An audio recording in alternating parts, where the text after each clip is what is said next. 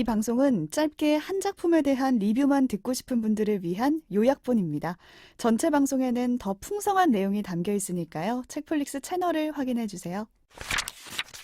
제목부터 소개를 드리면 음식의 언어라는 책입니다. 오, 언어. 정직한 제목이고요. 실제로 이 책의 저자가 유명한 이제 스탠포드 대학의 언어학 교수입니다. 언어학자가 쓴 음식책. 그래서 댄 주레프스키라고 저도 그래서 이 책의 그 작가 이름을 봤을 때 너무 익숙한 거예요. 잘 생각해 보니까 제가 보던 학생 때 교재 저자 이름으로 봤던 실제 그 언어학과였던 오지. 언어학자였고 지금도 이제 활발하게 연구를 하고 계신 분인데 이분이 이제 식문화에 대한 관심들이 있고 그걸 언어학적으로 분석한 결과들을 이제 모아놓은 책인데 엄청 흥미로워요. 그래요? 아까 그 중국집 노포 투어하시는 조율사처럼 이분은 이제 다양한 그 식문화에 관심이 많고 샌프란시스코에 사는데 거기는 이제 문화의 융합이 잘 이루어지는 곳이잖아요. 다양한 뭐 중국이나 아시아나 유럽이나 다양한 문화의 음식을 접할 수 있는 환경에서 연구를 하시는 분이기 때문에 이런 것들이 약간 자기 취향에 뭔가 성공한 덕후 같기도 하고 취향에 뭔가 융합이 이루어진 것 같기도 하고 독특한 책이라는 생각이 들어서 집어들었어요. 그래서 근데 좀 제 기대랑은 달랐던 게 뭐냐면 제 기대는 그냥 단순히 이제 우리가 아는 다양한 언어의 음식 이름을 어원을 소개해주는 그런 정도의 가벼운 기대를 안고 김치는 어디서 집어들었거든요. 왔나? 예를 들면 알리오 올리오 파스타 좋아하세요? 알리오. 알리오 올리오가 원래는 정확하게는 알리오에 올리오예요. 이태리어로. 뭔데? 그래서 알리오는 마늘 그리고 올리오는 오일, 기름이란 뜻이에요. 그래서 마늘 에는 기름이야. 엔드, 접속사고 그래서 마늘과 올리브 오일로 만든 파스타니까 알리오에 올리오인 거예요. 그래서 이게 줄여서 우리나라에서는 알리오 올리오라고 알려져 있고 뭐 그런 것들. 그다음에 곱창집 가면 곱창, 대창, 막창 막 종류 많잖아요. 그치. 막창이 왜 막창인지 아세요? 끝부분이라 막창 아니야? 맞습니다. 아, 그래? 대장의 몰랐어. 제일 끝부분. 마지막 부분이라서 막창인 거예요. 막 잘라서 그런 거, 막창인 그런 줄. 거. 그쵸. 이런 어원들. 되게 음식 이름이, 외국어를 배울 때 음식 이름 되게 어려운 게, 단순히 음식 이름은, 단순하게 어떤 재료와 그렇지. 요리법을 전달하는 것 이상으로 그 변천사를 많이 겪어서 지금의 모습을 하기 때문에 되게 겉모습만 그래. 봐서는 어떤 음식인지 정확하게 알기 어려운 게 많아요. 그래서 이런 것들을 그냥 소개하는 되게 재미난 음식의 세계 이런 건 줄 알고 폈어요. 근데 조금 더 이제 교양적인 측면이 있는 책입니다. 그래서 그 예를 들면 어원학이라는 분야가 있어요. 언어학에. 그래서 딱 어원에 대한 얘기예요. 그러니까 한 단어나 언어가 어떤 그 과정을 거쳐서 지금의 형태를 갖게 됐는지를 추적해 나가는 학문이고 그래서 이분은 이 음식을 둘러싼 다양한 언어학적인 측면을 분석하고 그 어원이 어디서 왔고 그 어원과 관련해서 음식이 변화를 거친 문화사 쭉 이렇게 풀어낸 책이에요. 읽으면 뭔가 공부될 것 같은데? 엄청 흥미로워요. 그냥 단순히 음식에 대한 얘기로 그치는 게 아니고 공부했네. 문화사? 그러네. 이걸 얘기했어야 됐네. 내가 이런 공부를 했네. 생각해보니까 네. 어쩐지 이 책이 좀 어렵더라고요. 어렵다는 게 조금 단순하게 그냥 소개하는 거에 그치지 않고 이제 다양한 언어의 변화, 모습, 그다음에 역사 같은 게 조금 나오기 때문에 단순히 에세이적인 감성보다는 교양서적인 접근이 있다고 생각하시면 되고 이 목차 자체도 실제 음식을 먹는 과정에 비유를 해서 처음에 메뉴를 펼치는 그 메뉴판의 언어들에서 시작을 해요. 그래서 메뉴에 이런 얽힌 예를 들면 메뉴판에 사용되는 언어 중에 아마 우리나라랑은 좀 다를 수 있을 것 같은데 특히 미국이나 이런 데서는 그 프랑스어가 엄청 뒤섞인 메뉴 설명들이 고급 레스토랑에 갈수록 많은가 봐요. 그래서 우리나라도 옛날 엘레강스한 무드에 뭐 비비드한 컬러감이 있는 무슨 뭐 스카프 뭐 이런 식으로 약간 그 단어는 같은 한국어 대체어가 있는데도 왠지 영어로 영어나 써야 될것 한국어를 같아. 써줘야 세련된 것 같은 그런 이미지를 주는 그런 얘기가 있었는데 미국의 고급 레스토랑에서도 불필요하게 막 프랑스 언어를 막 섞어가지고 뒤범벅을 일부러 한 그러는 거야. 설명들을 쓰는 거예요. 근데 그게 마치 고급 음식이라는 고급이다. 이미지를 주는. 그래. 그래서 그 메뉴판에서 이제 그 음식을 설명하는 그 언어 중에서도 이렇게 이 식문화에서 프랑스어가 가지는 어떤 지위나 권력이 은근히 반영된 그런 현상이라는 거죠. 이런 것부터 시작해요. 이제 이게 도입이에요. 그래서 여기까지가 살짝 저는 인내심이 필요했어요. 약간 어려워가지고 메뉴를 외국 메뉴판 본 적이 없잖아요. 그 다음부터 되게 재밌더라고요. 이제 이 다음부터는 구체적인 요리들이 좀 소개가 돼요. 그래. 먹는 게 맞아, 먹는 나와야지. 얘기 나와야지. 다양한 음식이 메뉴들이 언어인데. 어떻게 이런 용어를 왜 이렇게 쓸까 궁금증에서 시작해서 이제 다양한 담론들을 펼치는데 그 예가 있어요. 하나를 좀 소개를 드리면 케찹. 케찹. 아까 케찹. 말했던 케찹. 고센의 고센이래. 고센. 오센의 그 음식에 케찹 범벅하던 아이가 좋아하는 그 케찹. 새콤달콤한 토마토 소스 있잖아요. 케찹 지금 전 세계인이 좋아하는 음식인데 이게 케찹이 중국에서 유래된 아 진짜? 음식입니다. 토마토 소스인데? 충격적이죠.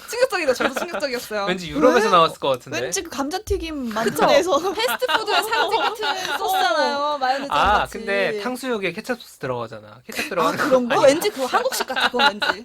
그래서 이 케첩이 사실은 방언 중국의 푸젠성이라는 이제 남부 해안지대 이제 방언이에요. 그래서 케첩이 케첩 이렇게 두 개로 된 방언인데 케첩이 그래서 원래는 생선 소스였대요. 그때는 이제 그 항구에 생선이 많이 나서 이걸 저장하기 위해서 발효시켜서 소스화했는데 그게 케첩이래요. 근데 그게 이제 동남아나 유럽으로 이렇게 전파가 되면서 그 과정에서 수많은 변화를 거친 거예요. 그러면서 이제 이게 다양한 방면으로 뻗어나가는데 그 한 예로 되게 신기한 게 그때 생선을 저장할 때 쌀을 사용해서 발효를 시키는 무슨 중국의 방식이 있었는데 그게 일본, 동아시아 일본으로 넘어가면서 일본에서도 그 쌀을 이용해서 생선을 숙성시키는 방법이 이제 개발이 됐는데 그게 나중에는 발효 기술이 발달하면서 생선을 쌀 말고 그냥 생으로 먹기 시작을 했는데 그 뭔가 스시의 어원이고 뭐 이런 식으로 다 뻗어나가는 거예요. 그렇네. 그래서 이 케첩이 동남아로 가서는 그냥 소스를 일반적으로 가리키는 명칭이 돼서 생선 안 들어가는 모든 그냥 소스를 케첩이라고 불러요. 동남아에서. 그래서 케첩 뒤에 뭘 붙여서 이거는 간장, 이거는 무슨 소스 이렇게. 그다음에 이 케첩이 유럽으로 가서는 처음에는 엔초비 생선을 쓰는 식으로 변형되고 하다 나중에 케첩이 빠지고 뭐 견과류를 넣은 적도 있고 과일을 넣은 적도 있고 이게 변화를 별게 다 거쳐서 있다는 거네. 최종적으로 미국에 가면서 이제 식초와 설탕이 많이 첨가된 지금 케첩이 형태의 탄생. 케첩으로 바뀐 거예요. 그 과정 어디선가 토마토가 사용되고. 그러면서 이제 신기하네. 케첩이 그때 하인즈사나 이런 데서 막 케첩을 막 유명하지. 상표화하면서 지금의 스펠링의 케첩이 정착이 됩니다. 그 케첩이란 말 자체는 어. 중국에 시작이 됐지만 스펠링은 다 다른 거예요. 중국어잖아요. 그러니까 뜻도 영어 다 다르고. 스펠링은 그때 유럽이나 미국마다 다르게 썼는데 이게 지금의 어떤 우리가 아는 그 빨간 그 케첩이 케첩. 되기까지. 실제로 이게 그러니까 역사인 지칭하는 대상도 전부 다르다는 달라진 얘기네. 거예요. 완전 모양이. 신기하다. 그런 역사가 되게 흥미진진하게 펼쳐지고 그 케찹과 얽힌 케찹 하나뿐만이 아니라 그 발효 기술에 얽힌 그런 무슨 그게 럼주가 되고 막 이런 식으로 막 이렇게 막 칵테일이 되고 지금의 뭐 펀치 칵테일이 되고 뭐 이런 과정들이 재밌겠네. 펼쳐집니다. 이거 진짜 재밌죠. 아는 척하기 너무 좋다. 그러니까. 야, 밥 먹다 잘난 척하기 좋겠다. 감자튀김 맥도날드 가가지고 이런 게 이 되게 케첩이 많아요. 말이야. 원래 중국에서 중국에서 중국의 생선 소스에서 시작했다는 거 아니? 막 이러면서 이런 거. 그다음에 감자튀김이나 마카롱. 먹으라고 하겠다. 두 번째가 또 소개시키고 싶었던 게 마카롱이라는 과자. 우리나라에서는 뚱카롱까지. 뚱카롱. 아주 한국 고유의 발명. 사람들이 이제 한국 K 마카롱이라고 그럴 정도로 많이 이제 먹는 디저트인데 이게 옛날에는 그냥 쿠키였어요. 샌드위치처럼 이렇게 하는 게 아니라 그냥 쿠키류였거든요. 이제 견과류를 넣어서 중동 지역에서 이렇게 견과류를 넣어서 만들던 중동의 그 신기하다. 왕조에서 즐겨 먹던 고급 디저트였는데 그게 그 언어가 유럽으로 가면서 뭐 어떻게 되고 그러면서 사이에 이제 가나슈를 넣은 그걸 프랑스에서 누가 개발을 하면서 이게 누구의 마카롱 이렇게 해서 막 넘어가서 코코넛 이제 미국이 중남미 무역이 활발해지면서 코코넛 가루가 들어간 형태가 되고 그래서 막 되게 엄청 재밌는 거예요. 저도 읽으면서 기억을 하려고 이게 너무 역사가 방대하니까 되게 길다. 따라가다 보면 끝나는 거예요. 그래서 이런 음식 메뉴들의 변천사 그러니까 언어뿐만이 아니라 재밌네. 이제 어떤 변화를 거쳤는지 이런 것들이 다양하게 나와요. 피시앤칩스 뭐 칠면 그러니까 터키 칠면조를 영어로 터키라고 하잖아요. 근데 나라 터키랑 무슨 상관일까? 상관이 있어? 상관이 있어요. 그러니까 뭔가 이유가 있어요. 그리고 뭐 샤베트, 크래커 이런 거에 얽힌 다양한 이제 이게 식사하는 순서대로 이렇게 목차 구성이 돼 있고 재밌네. 단순히 이런 문화사 현상을 이제 분석해 주는 거 이상으로 저는 또 재밌었던 게 그 언어의 권력에 대한 얘기들을 아까 메뉴에서 했던 것처럼 또 짚어주는 게 프랑스어가 뭐 그런 거?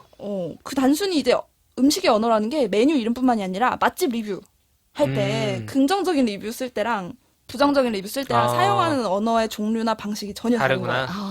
그리고 왜 맛있는 음식이나 맛있는 맛집 리뷰할 때는 성적인 만족감이나 마약 중독 같은 거 관련된 단어를 많이 쓴다는 거예요. 실제로 그 통계적으로. 한국어에서도 그런 것 같은데. 엄청 많이 하잖아요. 마약 뭐 김밥, 중독적이다부터 마약 해가지고. 옥수수라고도 하고 되게 중독된다고 하고 그다음에 되게 관능적인 표현들 그러니까 끈적거리는 이렇게 그런 느낌을 주는 단어들을 많이 사용한다는 거죠. 음식에 있어서. 오죽하면 푸드 포르노라고도 하잖아요. 맞아. 되게 관능적인 느낌을 주는. 그래서 이 리뷰에 사용된 이 언어가 왜 이렇게 이런 형태를 띠고 있는지 그 다음에 그거를 컴퓨터로 다 분석을 한 거예요. 요새는 빅데이터, 언어 데이터가 잘 돼 있기 때문에 그 각 리뷰들에 사용되는 언어를 막 분석을 해가지고 상대적으로 여성이 디저트에 대한 언급을 더 많이 했고 뭐 이런 식으로 해가지고 디저트에 대한 언급이 많은 리뷰는 실제로 평점이 더 평균이 몇 점이 높았고 그러니까 디저트가 맛있는 식당은 리뷰를 더 잘 받는 거예요. 신기하네. 신기하죠? 기분이 좋아서 그런가? 그거 기본적으로 모르겠어요. 기분이 좋아서 그런 거 아니야? 나는 달달한 거 먹으면. 마지막에 인과관계는 좋아서. 아니겠지만 상관관계가 있다는 것 자체가 좀 어. 재밌고 그 외에도 다양한 뭐 요소들이 있어요. 그래서 신기하죠. 음식의 언어라는 게 단순히 음식 이름, 재료 이름 이게 끝난 게 맞아, 아니고 그게 아니라. 그걸 아, 둘러싼 재밌네. 메뉴와 문화와 그런 거. 근데 개인적인 하나의 아쉬움은 제가 처음에 인내심이 바닥날 뻔했던 거는 이 식문화를 제가 잘 모르는 거예요. 미국 사람이 쓴 책이니까 미국의 그 그치, 식당 그치. 문화를 제가 잘 모르니까 한국도 레스토랑 문화가 없잖아. 없잖아요. 그래서 다른 음식 이름이 모르는 음식 이름도 좀 많았고 문화를 잘 몰랐는데 그리고. 그래서 저와 같은 문제의식을 느낀 한 국어학자 교수님이 이 썼어? 책을 보고 자기도 이런 거를 한국 버전으로 써야겠다 싶어서 이 출판사에서 우리 음식의 언어라는 책을 이어서 출간을 하셨습니다. 그래서 그렇구나. 호빵과 찐빵은 재밌네. 뭐가 다른가? 궁금한데? 궁금하죠? 궁금한데?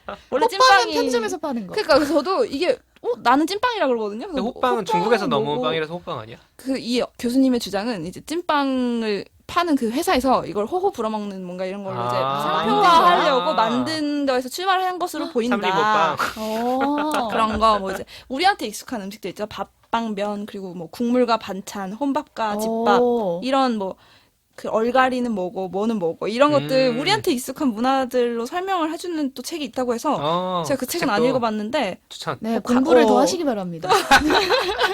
자꾸 먹는 거 궁금하네. 다음 시간에는 그 책을 좀 공부하면 좀 더 쉬울 것 같아요. 이게 너무 어려운 그게 모르는 낯선 음식이 많은 것보다 조금 더 쉽지 않았을까 그런 생각이 드는데 아직 안 읽어봤어요. 그래서 이 책도 저는 가벼운 마음으로 집어들었지만 되게 흥미로웠어요. 좀 맞아, 어려운 부분도 재밌는데요? 있었지만 좀 이런 류의 교양 서적을 좋아하시면 음식과 엮어서 아주 흥미롭게 재밌겠네. 세계의 그런 걸 볼 수 있는. 우리나라에 이미 한국 음식 말고도 정말 다양한 나라의 음식이 다 들어와 있어가지고 세계 음식을 보는 것도 그럼요. 네. 아니면 좀 낯설다면은 아는 것부터 찾아보면 맞아요. 재밌을 것 같아요. 맞아. 케첩 같은 거 재밌잖아. 실제로 이 저자가 그랬어요. 자기 거 순서대로 읽지 말고 흥미로운 챕터부터 읽어도 아무 문제 없다고. 그래. 저도 그렇게 읽었고 그래서 한번 조금 도전해 보실 만한 책인 것 그렇네요. 같습니다.